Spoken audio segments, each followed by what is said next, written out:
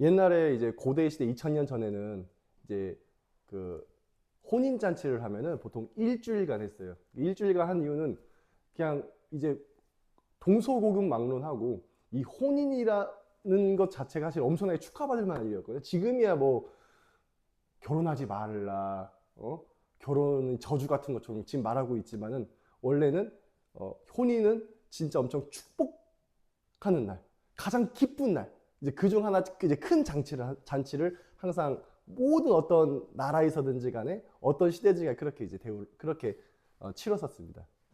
이때도 마찬가지예요. 예수님 때에도 일주일간 기쁜 혼인 잔치를 가지고 있었는데 가나에서 가지고 있었는데 여기 보니까 예수님의 어머니가 거기 계시고라고요. 그러니까 지금 며칠 된 것 같아요. 혼인 잔치가 며칠 동안 이제 되고 있었는데 예수님 어머니가 거기 이미 가가지고 며칠 동안 봉사하고 있었어요. 그러니까 이걸 봤을 때는 며칠 동안 봉사한다기 쉽지 않잖아요. 이걸 봤을 때는 상당히 가까운 친척으로 보여요. 가까운 가족, 신랑 측 어떤 그런 가족으로 보입니다. 그래서 며칠 동안 봉사를 하고 하다 보니까 사람들이 생각보다 너무 많이 온 거예요. 보통 이 당시 결혼하면은 이 결혼하던 그 음식이나 포도주나 그런 거는 전부 다 웬만해서 거의 신랑 측에서 다 감당을 했어요. 그러니까 신랑이 엄청 부담되죠.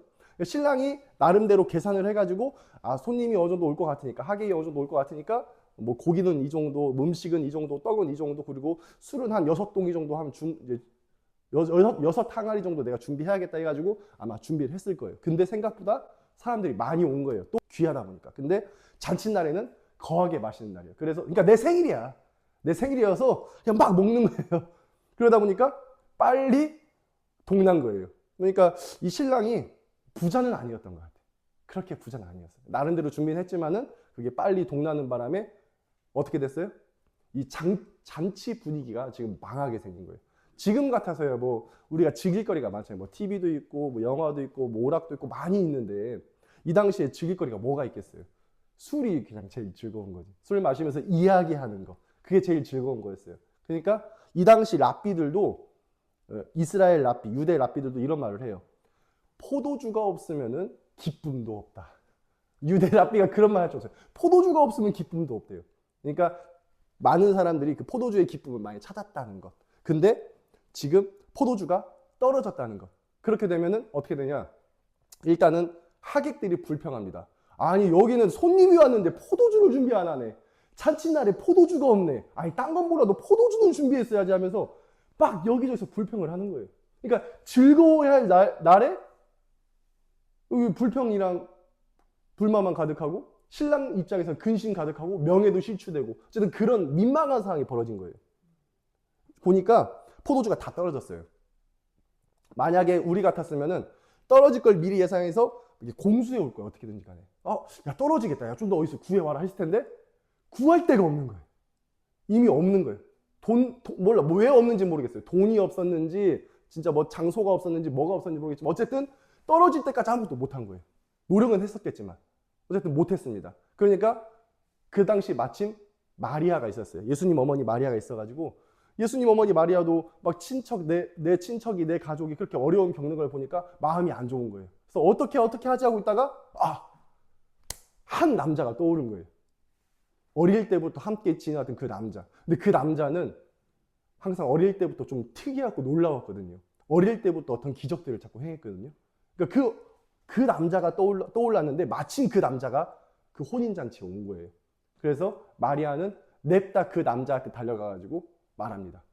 아이고, 지금 잔칫날인데 지금 한창 흥 올라가지고 기분 좋은데 포도주가 떨어져가지고 다들 불만 가득하고 신랑이 엄청 걱정합니다. 이렇게 말하는 거예요. 그러니까 그 남자가 뭐라고 해요? 여자예요. 이게 나랑 무슨 상관입니까? 이것을 헬라어로 말하자면은 귀나이 티에모이 카이소이란 말이에요. 귀나이란 말은 사랑하는 여자여라는 말이에요. 지금 우리가 지금 여자여라고 했잖아요. 딱딱해 보이잖아. 근데 그게 아니라 친애하는 우리 숙녀님, 사랑하는 우리 여성분 이런 뉘앙스거든요. 귀나이라는 말이. 그리고 티에모이 카이소이라는 말은 그것이 저랑 당신에게 우리에게 어떤 관련이 있나요? 라는 거예요. 포도주 떨어진 일이 우리랑 어떤 관련이 있나요? 근데 그게 맞아요. 왜냐면은 그 당시에 그 혼인잔치는 신랑 측에서 전적으로 준비하는 거예요. 포도주도 내가 준비해야 되고. 그러니까 이런 거예요. 내가 지금 TV가 고장났어요. 그럼 당연히 이거 TV 고장났으면은 TV 만든 어떤 그런 고치는 데 가야지. 지나가는 행인한테 TV 고쳐주세요. 아니면 편의점 가가지고 TV가 고장났습니다. 라고 하면 무슨 의미가 있겠어요? 그게 나랑 무슨 상관이에요? 그런 거예요. 그러니까 내가 해야 될 일이 있고 신랑이 해야 될 게 있어요. 만약에 포도주를 예수님이 준비해 주셨다라면은 이 혼인잔치는 예수님의 혼인잔치가 되어야만 했어요. 신랑이 준비하는 거예요. 그래가지고 나랑 무슨 상관입니까? 아직 내 때가 이르지 않았습니다. 자, 좀 어려운 말이 이제 시작됩니다. 그게 나랑 무슨 상관이며 아직 내 때가 오지 않았어요. 지금 포도주 준비해달라는 말인데 예수님은 엄청 거창한 말을 하고 있어요. 그게 나랑 상관이 없으며 내 때가 아직 오지 않았어요. 아니, 포도주 준비하기 뭐가 어려워 예수님한테. 내 때가 오지 않았어요. 내가 봤을 때 마리아는 이 말의 의도를 파악하지 못했어요. 무조건. 이 당시에 있는 모든 사람들조차도 이 말이 무슨 말인지 알 수가 없었어요. 넘어갔습니다. 마리아는 할 수 있는 게 없어요. 그냥 옆에서 말할 수 있는 거는 옆에 봉사자들, 디아코니 하는 사람들한테 가가지고 이분이 시키는 것만 그냥 그대로 하십시오 하고 그냥 가요. 무슨 말인지 모르겠고 이분이 시키는 대로만 하십시오 라고 말하는 거예요. 뭘 시킨지 모르겠지만은. 그래서 갑니다. 그래서 예수님께서 여기 6 항아리가 있어요. 한 100리터 정도, 물이 100리터 정도 들어가는 큰 항아리 6개가 있는데 거기에다가 물을 채우라고 해요. 지금 예수님이 포도주도 준비했어요. 신랑이 해야 될 일을 예수님이 했어요. 지금 이 상황은 뭔가 이상한 상황이 지금 되어가고 있는 거예요. 그리고 나서 손님들이 포도주를 마시니까 어때? 세상에 없는 맛이에요. 제가 감히 단언하건대 우주 최강의 포도주예요. 세상에서 제일 맛있는, 아니 우주에서 가장 맛있는, 오직 천국에서만 맛볼 수 있는 포도주를 사람들이 맛본 거예요. 이런 포도주는 어디서 났냐고. 성경에서 이렇게 좋은 포도주라고 강조하는 이유는 의미가 있는 법이에요. 항상 이렇게 맛있다, 좋다, 아주 양질이다, 이런 거는 그걸 강조하는 겁니다. 그냥 포도주가 아니다 라는 거예요. 이걸 마시고 나서 이제 제자들이 믿더라라고 해요. 예수님을 믿더라. 아직은 메시아인지 모를 때예요. 그냥 믿더라. 이분은 정말 이스라엘을 위해 오신 분이라고 그때 믿기 시작한 거예요. 자, 우리가 이야기는 여기까지 끝났습니다. 이제 보통 이 본문을 가지고 설교를 할 때에는 우리가 혹시 이 설교 안 들어보신 분, 여기 이걸 본문으로 한 설교 안 들어보신 분 있나요? 있어. 자, 보통 이제 이 본문으로 설교를 할 때에는 어떤 거를 보통 많이 강조했냐면은 하인의 믿음을 강조해요. 하인은 물을 그냥 일단 순종했다. 그 말도 안 되는 일을 순종했다. 근데 시켜서 하는 거예요. 믿음이 있어서가 아니라 봉사자로 왔는데 시킨 대로 해야지. 그리고 당장 궁지에 몰렸는데 시킨 대로 해야지. 그는 믿음을 강조하지만 믿음은 아니고요. 나아가서 마리아의 믿음도 아니에요. 마리아도 본인이 뭘 부탁했으며 예수님이 말씀하신 의도가 뭔지도 몰랐어요. 마리아의 믿음도 아니고 하인의 믿음에 초점이 있는 것도 아니에요. 더군다나 예수님의 능력, 물을 포도주로 만들었다. 그 능력을 강조한 거예요? 그것도 아니에요. 그럼 뭘 강조한 거예요? 제자들이 믿었더라라고 강조하는 거예요? 그것도 아니에요. 도대체 이 성경에서 지금 말하는 내용은 도대체 뭘까요? 믿음도 아니고, 하인들의 믿음도 아니고, 마리아의 믿음도 아니고, 예수님의 능력도 아니고. 물론 그게 설교될 수는 있어요. 근데 그게 지금 강조점이 아니에요. 강조점은 예수님께서 첫 표적을 행하셨다는 거예요. 자, 요한복음에 보면은 7대 표적이 나오거든요. 그 중에 첫 번째 표적이에요. 뿐만 아니라 예수님의 공생애에 있어서 첫 번째 표적이에요. 이 첫 번째랑 마지막이라는 거 진짜 중요하거든요. 여러분도 아시잖아요.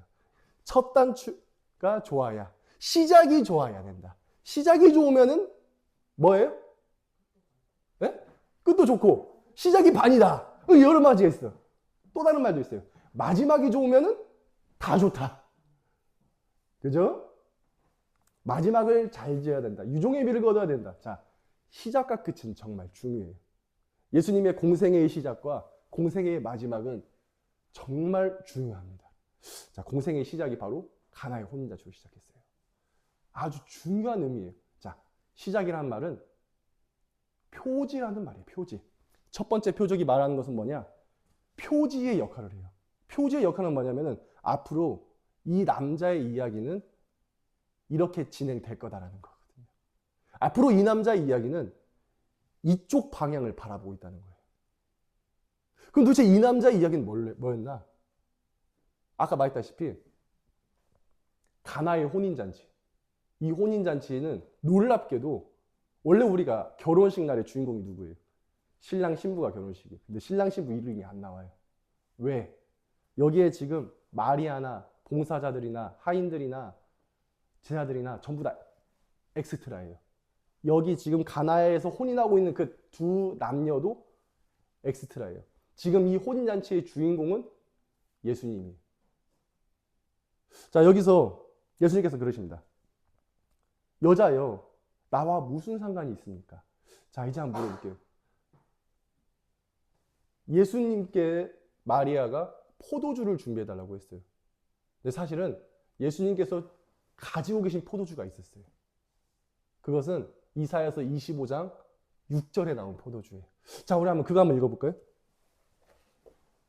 예수님께서 포도주를 가지고 계셨어요. 바로 당신의 혼인잔치를 위한 포도주였거든요. 자, 제가 한번 이사야 25장 6절을 제가 읽어보겠습니다. 만군의 여호와께서 이 산에서 만민을 위하여 기름진 것과 오래 저장하였던 포도주로 연회를 베푸시리니. 만군의 여호와께서 오래 저장하였던 포도주로 잔치를 베푸실 것이에요. 오래 저장하였던 포도주를 이미 하나님께서 천국에 준비하셨어요. 왜? 요한계시록 19장에 나오는 어린 양의 혼인잔치를 위해서요. 그리고 그 어린 양의 혼인잔치는 언제 먹냐? 언제 또 무엇이 있느냐? 바로 요한계시록 2장에 나오는 숨겨왔던 만나와 함께 주어집니다. 여자여, 이것이 나와 무슨 상관입니까? 예수님은 지금 그 가나에서 결혼하고 있는 두 남녀의 결혼과는 상관없는 일이에요. 예수님은 이 땅에 오신 이유가 사사롭게 인간의 부탁이나 쾌락이나 욕구를 충족시켜주기 위해서 온 게 아니에요. 아시겠죠? 자, 다시 한번 할게요.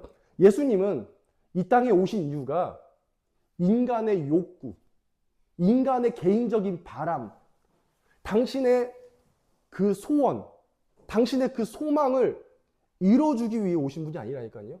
그러면 그냥 도라에몽을 불러요.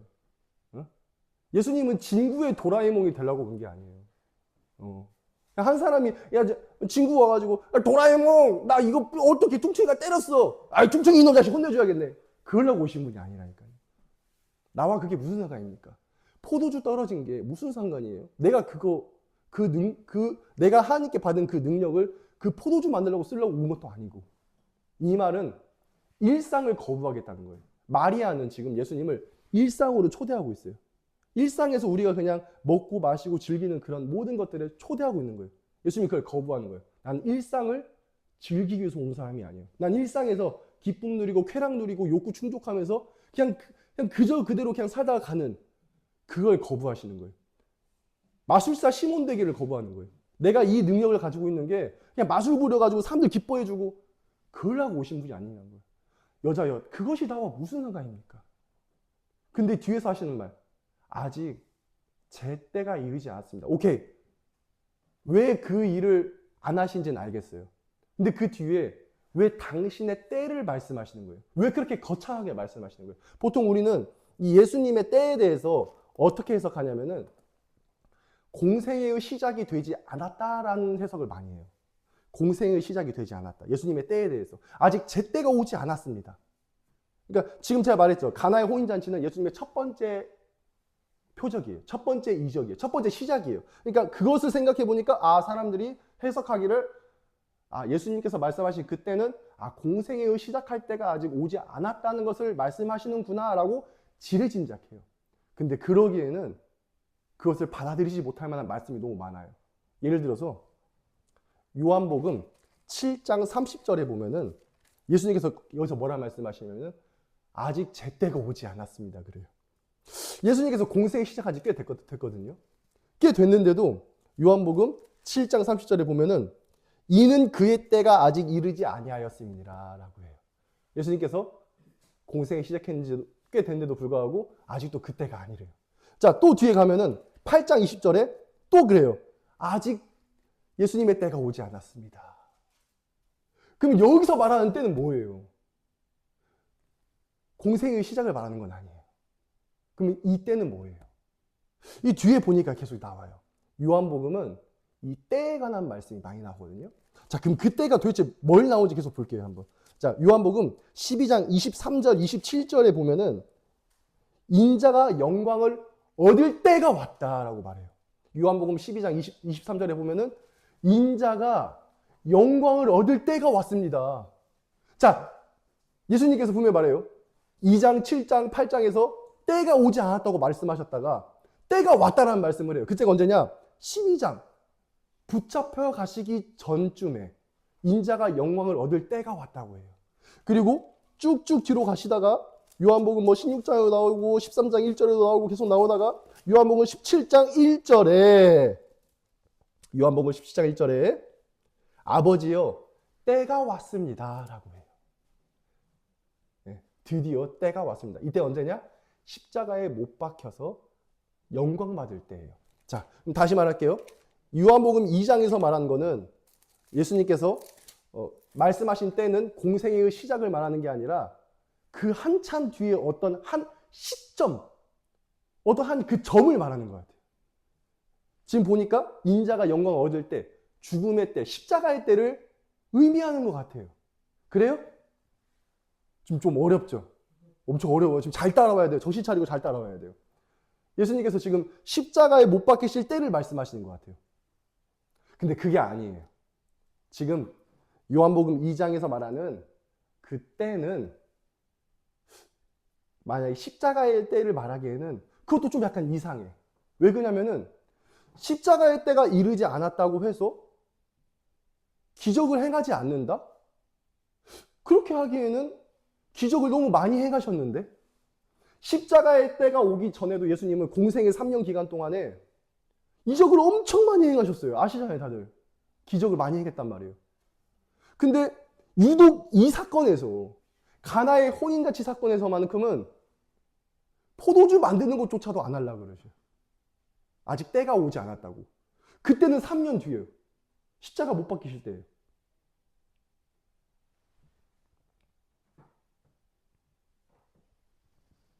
그렇게 봤을 때는 지금 예수님께서 말씀하신 이 때는 더 큰 의미, 그리고 이 혼인잔치가 갖는 의미에 한정돼서 쓰시는 것 같아요. 바로 십자가 죽음을 말씀하시는 게 아니라 죽음 너머에 있는 걸 말씀하시는 것 같아요. 죽음 너머의 부활, 그리고 부활 너머의 천년 왕국까지를 말씀하시는 것 같아요. 요한계시록, 이 세상의 종말, 즉 예수님의 재림 때까지 말씀하시는 것 같아요. 이 때는. 그래서 예수님은 말씀하십니다. 저와는 상관이 없습니다. 저의 때가 아직 이르지 않았습니다. 바로 저의 혼인잔치가 아직 이르지 않았어요. 자, 요한계시록 19장 한번 읽어볼게요. 자, 요한계시록 19장에 보면은 어린 양의 혼인잔치가 나와요. 그리고 이 요한계시록 19장은 성경의 절정 부분이에요. 자, 창세기부터 계시록까지 있잖아요.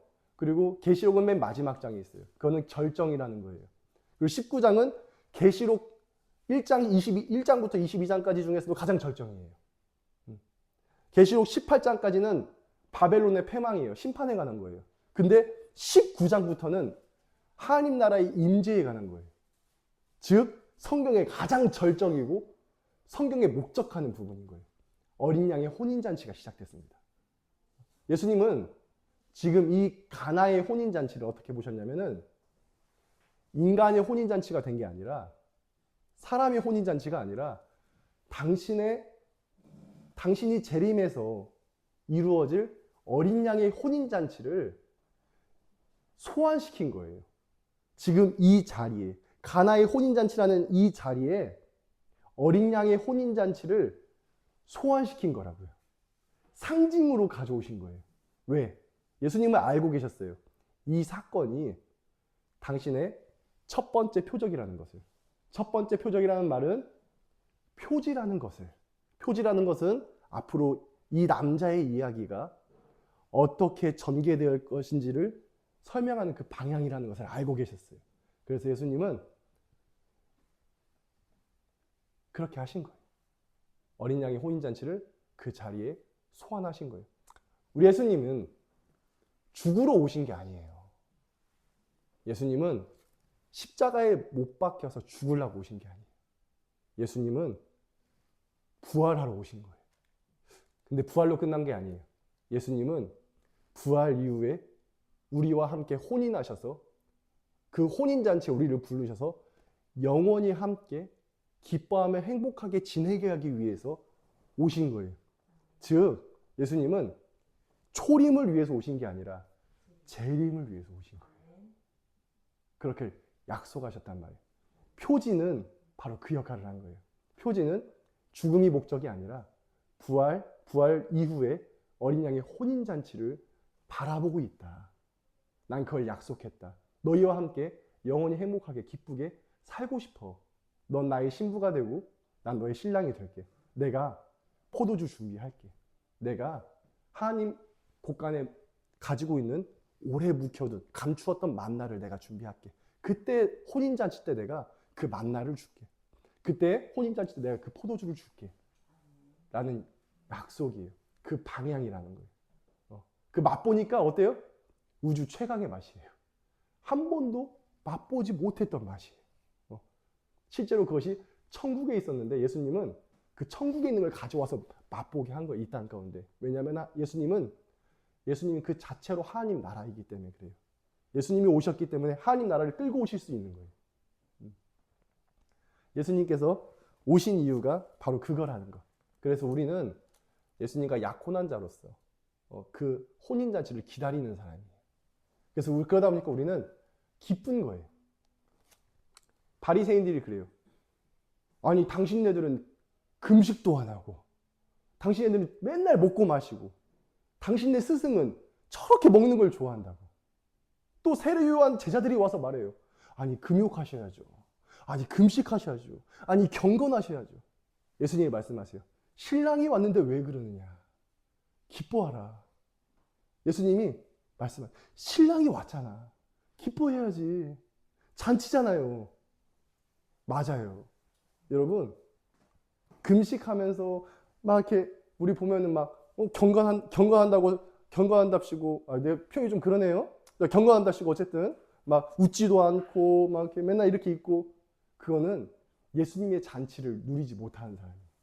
예수님은 그러려고 오신 게 아니에요. 예수님은 여러분들과 함께 기뻐하려고 행복하려고 사랑하려고 오신 거예요. 그것이 표지로 온 거예요. 그 첫 번째 목적인 거예요. 여러분들 기뻐하세요. 기뻐하시고 또 기뻐하세요. 근데 그 기쁨은 내 내면에 잔잔히 흘러야 돼요. 웃는다고 기뻐할 수는 없어요. 그렇다고 또 운다고 그것도 슬픈 게 아닐 수도 있어요. 울고 웃고 그게 중요한 게 아니라 내 내면에 진짜 기쁨이 끊이지 않는 근원의 기쁨이 있냐. 내 내면에 죄에서 자유함을 얻은 기쁨이 있냐. 내 내면에 죽음을 근심하지 않는 진짜 참다운 기쁨이 있냐. 내 내면에 사랑의 근원이 있어가지고 그 사랑으로 인해서 진짜 참을 수 없는 환희에 있냐. 그게 진짜 기쁨이에요. 여러분들 그런 예수님 영접해서 예수님 혼인잔치 그 혼인잔치의 그 기쁨을 미래에 있는 것이 아니라 지금 이 순간 여러분들 마음 가운데 임해와서 매일매일 매 순간이 예수님의 기쁨으로 가득 차기를 혼인잔치의 기쁨으로 가득 차기를 간절히 바랍니다.